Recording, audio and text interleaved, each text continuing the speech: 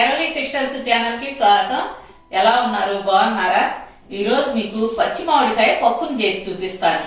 ఈ పచ్చి మామిడికాయలు మా చిన్నతనంలో అట్లాగైతే ఒక్క సమ్మర్ లోనే దొరికాయి. ఇప్పుడైతే ఏ సీజన్ లో అయినా దొరుకుతున్నాయి. మనం చక్కగా ఇష్టంగా వండుకొని తినొచ్చు. ఆ పచ్చి మామిడికాయ పప్పు కూడా మనం చేసుకునే విధంగా చేసుకుంటే సూపర్ టేస్టీగా ఉంటుందండి.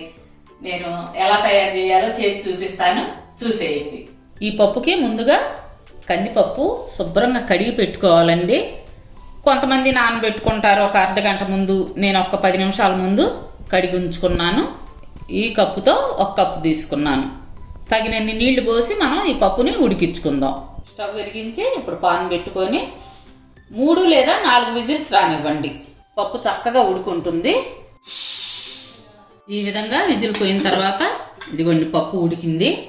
దీన్ని మనం ఈ పప్పు గుత్తితో మెత్తగా వెనుపుకుందాం. మరీ పేస్ట్ మాదిరిగా ఉన్న ఈ పప్పు అంత రుచిగా ఉండదు. కొంచెం బద్ద తగులుతూ ఉంటేనే బాగుంటుంది. పప్పు గట్టిగా మాత్రం ఉండకూడదు. ఈ విధంగా కొంచెం అనుకనుగ్గా ఉండాలి.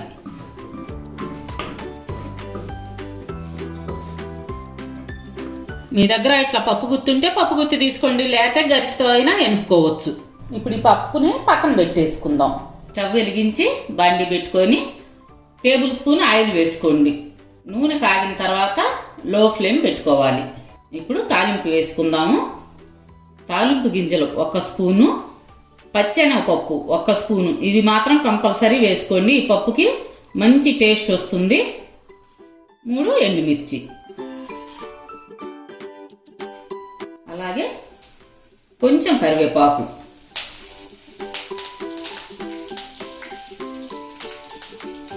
వెల్లుల్లి రెబ్బలు 10-12 వేసుకోండి. 5-6 పచ్చిమిర్చి చీలికలు. ఈ పప్పు పులుపు ఉంటుంది కాబట్టి కొంచెం పచ్చిమిర్చి ఎక్కువ ఉంటేనే బాగుంటాయి. మీరు కారాన్ని బట్టి చూసి అడ్జస్ట్ చేసుకోండి. అలాగే మీరు తీసుకున్న మామిడికాయ పులుపుని బట్టి మీరు ముక్కలు యాడ్ చేసుకోవాలి. కొన్ని ముక్కలు ఏమన్నా చెక్కు తీసి పెట్టుకోండి.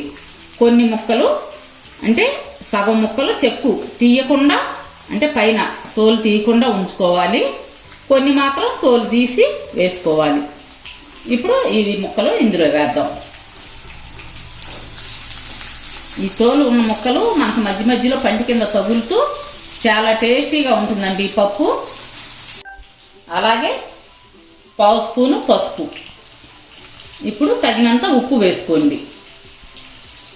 ఈ ఉప్పు వేయటం వల్ల ఏంటంటే మామిడికాయ ముక్కలు కూడా తొందరగా మగ్గిపోతాయి అన్నమాట.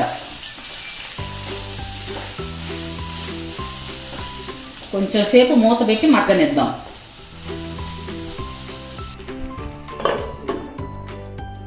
ఇప్పుడు మూత తీసి ఎంతవరకు మగ్గినాయో ముక్కలు చూద్దాం. ముక్కలు మగ్గినాయండి. కొంచెం మనం ఈ విధంగా స్మాష్ చేసుకుందాం.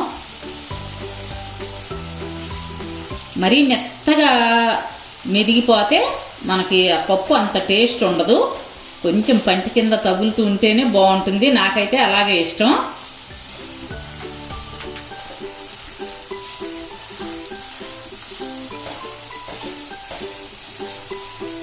ఇప్పుడు ఇది స్మాష్ చేసుకున్న దాంట్లోనే ఇందాక ఉడికించి పెట్టుకున్న కందిపప్పు కలుపుదాం. పప్పుని, కందిపప్పు కాదు, పప్పుని కలుపుదాం.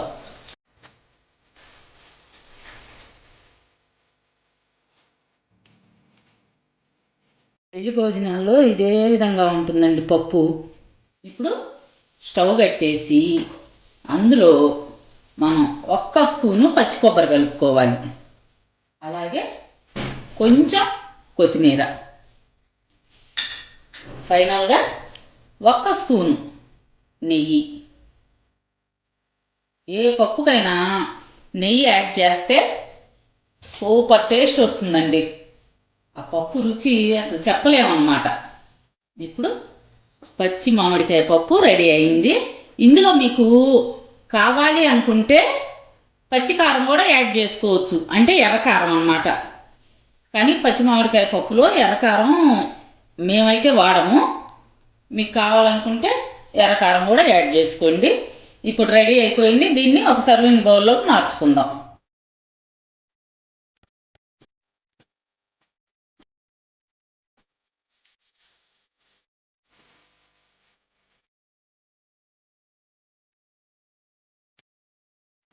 చూశారు కదా పచ్చి మామిడికాయ పప్పు ఎలా వండుకోవాలో. ఇదే విధంగా వండుకొని తిని చూడండి. అసలు బుజ్జమ్మ ఎంత బాగా చెప్పిందో మామిడికాయ పప్పు, అంత రుచిగా ఉందని మీరే నాకు చెప్తారు. అందరూ అంత ముద్దని చెప్పి పెట్టుకుంటామండి ఫస్ట్, తర్వాత మొత్తం వండిన అన్నం మొత్తం మనమే తింటాం. అంత రుచిగా ఉంటది. సరేనండి, మీరు ట్రై చేసి ఎలా వచ్చిందో నాకు కామెంట్స్ లో చెప్పాలి. రేపు మరొక మంచి వీడియోతో మిమ్మల్ని కలుస్తాను. ఏమండి, ఒక లైక్ ఇచ్చేసేయండి. మా వీడియోస్ మీకు నచ్చినట్టయితే లైక్ చేయండి, షేర్ చేయండి. అలాగే కొత్త వాళ్ళు ఎవరైనా ఉంటే తప్పకుండా సబ్స్క్రైబ్ చేసుకోండి. లైక్ అని ఎందుకు అడుగుతున్నానంటే, మీరు లైక్ చేయటం వల్ల ఈ వీడియోస్ ఇంకా మరికొద్ది మందికి చేరువవటానికి అవకాశం ఉంటది. అందువల్ల నేను లైక్ చేయమంటున్నాను. సరేనండి, రేపు మరొక మంచి వీడియోతో కలుద్దాం. అప్పటి వరకు